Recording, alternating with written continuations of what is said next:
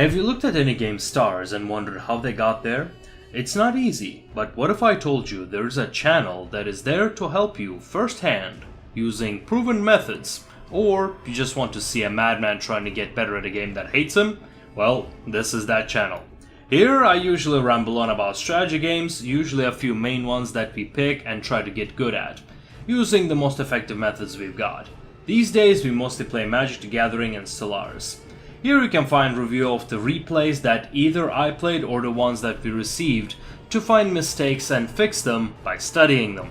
As such, gameplay reviews will be focused on less on great plays and clips, but on mistakes, which you can use to improve your own gameplay. After all, it's not making mistakes is what assures victory, and of course lots and lots of prayers to RNGesus, but that's not the point. Before we get to the meat and potatoes of the video, this video is being sponsored by the Wizards Guild, aka Wizards of the Coast. They paid a hefty sum to get some of you out of gold. So let's begin with the most scientific method of getting good at any skill. Deliberate practice. Well, but before we jump to the methods, let me first tell you a little story. Before I started playing Magic, my main game was Total War Arena, where I applied these methods and have reached quite a good standing from basically nothing. When I started playing Paper Magic exactly a year ago, I was a horrible player. Even though I was given a top meta deck at the time, a Grixis mid-range deck with Scarab God and Nicol Bolas, I could not work out most of the mechanics, and I would go to FNMs with like 0-3, 0-4s, you name it. When the ranked was released on my first month, I had finished at gold and stayed there for the next month and maybe even a little longer, I'm not sure. This was when I have started using these methods much more seriously. Ever since I started analyzing my games in a much more critical eye, my ranks went up consistently. At first, I was happy to make Platinum. Then, in fact I even took a picture of Platinum. And then, I made it to Diamond, and now, 2 months ago, I ended at mid 90% Mythic. Last month, I ended at 99% of Mythic, with mostly the same playtimes, mind you.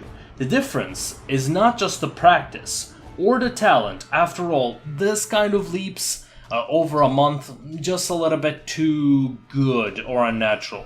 But the fact, just like an old trainer said, some people kick the ball around and some are playing football. In other words, there's a fundamental difference between how a pro player plays and sees the game and how an average player plays and sees the game.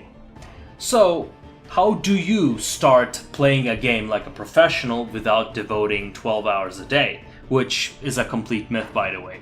Well, I am a great start because I had started from basically nowhere, and now we're getting better is the point. Now, to begin on this path of improvement, you need to make sure you love the game itself.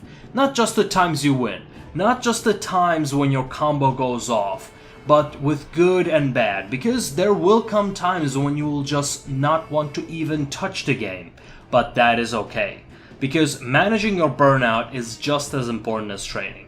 I would say burnout is one of the main reasons many people do not reach their potential. As you get better, it will not really change how much you enjoy the game, but it will allow you to appreciate it even more on the finer details of the game. You will know this when a person is complaining about element X, while on your level of play, that is not even a problem, because there are a lot of solutions that those people did not even see before. Here, I would like to applaud Wizards for making the right decision to balance their game around the highest level of play. And then, after you have established that, the next step is you accept that the goal of a match is not to win, but to learn. A great motto here is, win or lose, learn from it. As you might have guessed, this is where watching other players, and even more importantly, watching your own gameplay comes in. You note down your mistakes either in a notebook or alt tab and email it to yourself. When you have a good amount of those, read those to yourself a few times. make sure not to repeat the same mistakes. This won't guarantee you won't make them again, but it should reduce them over time, as you make less and less mistakes. Conversely, you will find you also make many more perfect plays, which will inevitably improve your rank. Of course, the deck you play does play a role, but as you improve your meta skills, which is the skills such as understanding a deck and its set pieces as well as probability, will get better as well. This is where the rest of our videos come in. Every Tuesday I release a new video either talking about something cool in Stellaris or analyzing a game of Magic, and I would like to invite all of you to join me on getting good at this game, and I'll see you next time.